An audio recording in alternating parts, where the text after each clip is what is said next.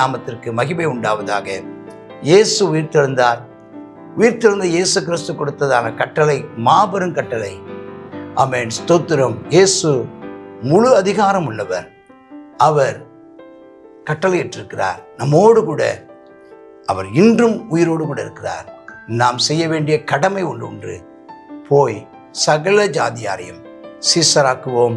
கர்த்தர் நம்மோடு கூட இருந்து அற்புதங்களையும் அடையாளங்களையும் செய்து நம்முடைய நாமத்தை மகிமைப்படுத்துவாராக. இருண்ட வாழ்க்கையின் பாதையிலே, இன்னல்கள் சூழ்ந்த நேரத்திலே, இருண்ட வாழ்க்கையின் பாதையிலே, இன்னல்கள் சூழ்ந்த நேரத்திலே, இரவிலும் பகலிலும் நீர் எனக்கு அக்கினி ஸ்தம்பம், மேக ஸ்தம்பம். இரவிலும் பகலிலும் நீர் எனக்கு அக்கினி ஸ்தம்பம், மேக ஸ்தம்பம். நன்றி ஐயா, உமக்கு நன்றி ஐயா, நன்றி ஐயா, உமக்கு நன்றி ஐயா.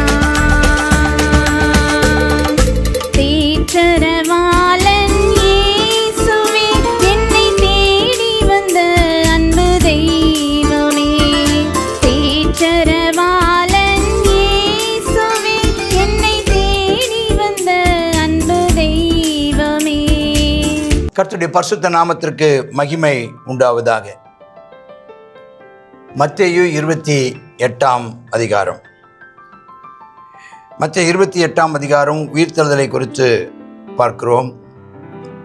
ஓய்வு நாள் முடிந்து வாரத்தின் முதலாம் நாள் விடிந்து வருகையில், அப்போ இயேசு கிறிஸ்துவை அவசரமாக சிலுவையிலிருந்து இறக்கப்பட்டதற்கும், இயேசுவை அவசரமாக அன்றைக்கு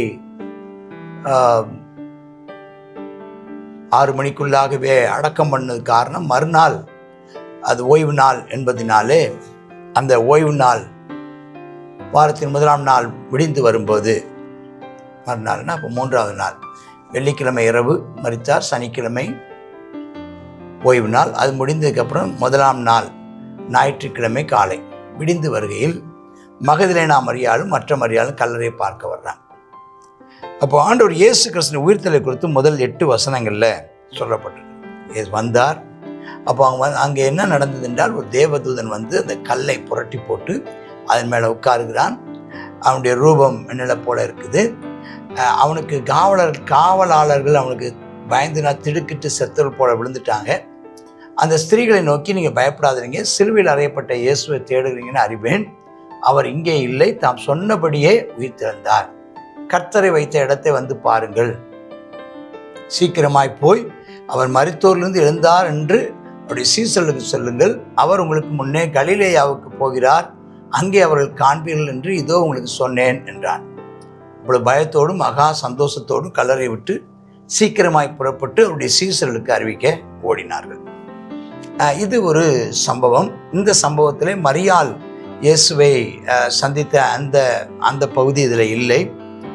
பேதுருவும் யோவானும் கல்லறைக்குள் ஓடினதை குறித்துள்ளதான செய்தியும் யோவான் பதிவு செய்கிறார். இவர் மத்தேயு ஒரு குறைந்த அவருடைய பார்வையில் இந்த உயிர்த்தெழுதலுக்காக அவர் கொடுக்கிறதான அவருக்கு கிடைத்ததான தகவல்களை சொல்கிறார். ஒரு தேவ தூதன் வந்தான். அவன் வந்து அந்த கல்லை புரட்டி போட்டான். அப்போ அதாவது இது எல்லாம் அந்த மரியாளும் மகதலேனா மரியாள் மார்த்தாள் அவங்க வரும்போது நடந்தது போல இங்கே இருந்தாலும், முன்னே அதுக்கு சற்று முன்னே நடந்த சம்பவம். காவலார் திருக்கிட்டு விழுந்தாங்க. என்ன நடந்ததுங்கிற அவர் தொகுப்பாக ஒரு பேராகிராஃபில் சொல்லப்பட்டிருக்கிறது. அப்போ அவங்க சொல்கிறாங்க, அவர் இல்லை, சொன்னபடியே உயிர்த்தெழுந்தார். கோடு போட வேண்டிய வார்த்தை. இயேசு சொன்னபடியே உயிர்த்தெழுந்தார். அவர் சொன்னபடியே கலிலேயாவில் சந்திப்பார், அங்கே போங்கள். அப்போ கலிலேயாவுடைய சந்திப்பை குறித்து நாம் இங்கே பார்க்குறோம். ஆனால் அதுக்கு முன்னமே இயேசு கிறிஸ்து அந்த சீசர்களை யூதேயாவில் எருசலேமிலேயே 2 முறை சந்தித்ததை நாம் இங்கே பார்க்குறோம். பின்னால் யோவான் புஸ்தகத்தில் பார்க்குறோம். அப்போ அவங்க அப்படி போகும்போது 9வது வசனத்தில் அவங்க போகிறாங்க. போகும்போது எதை பார்க்குறாங்கன்னா, இயேசு கிறிஸ்து இயேசுவையே பார்க்குறாங்க.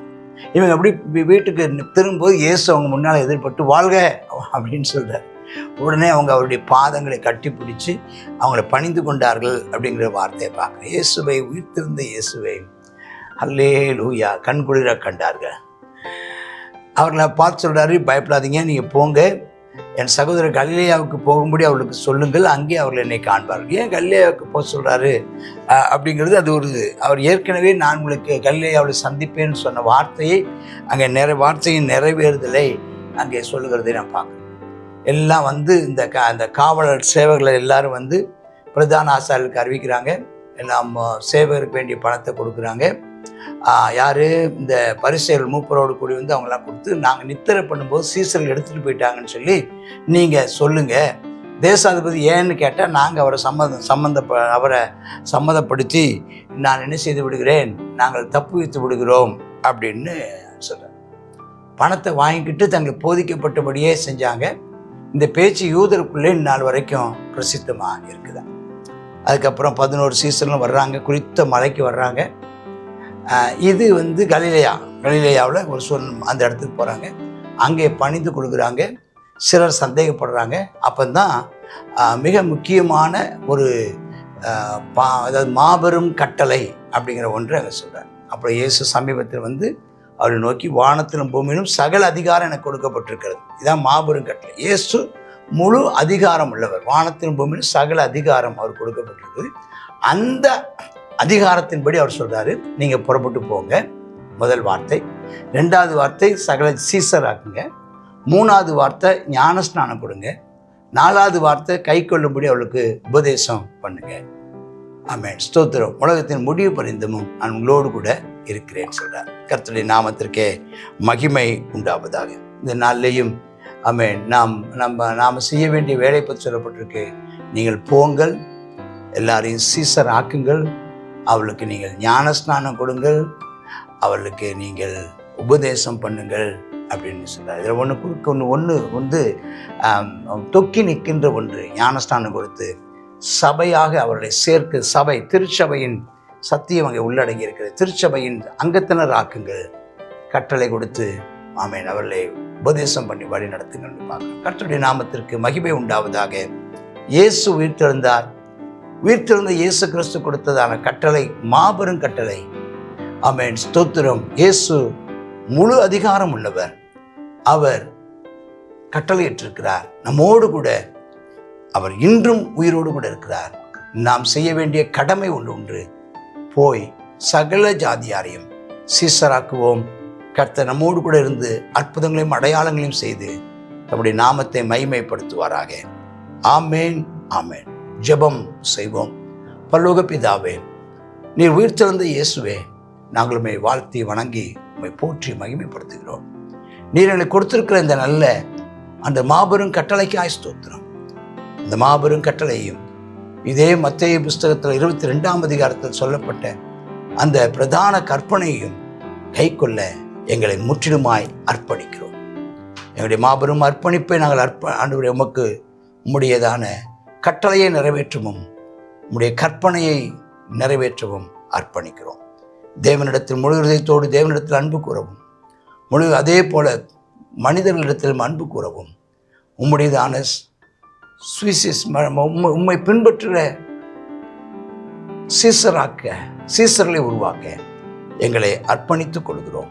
இயேசு கிறிஸ்துவின் நாமத்தில் ஜெபிக்கின்றேன் பரமபிதாவே. ஆமேன், ஆமேன். God bless you.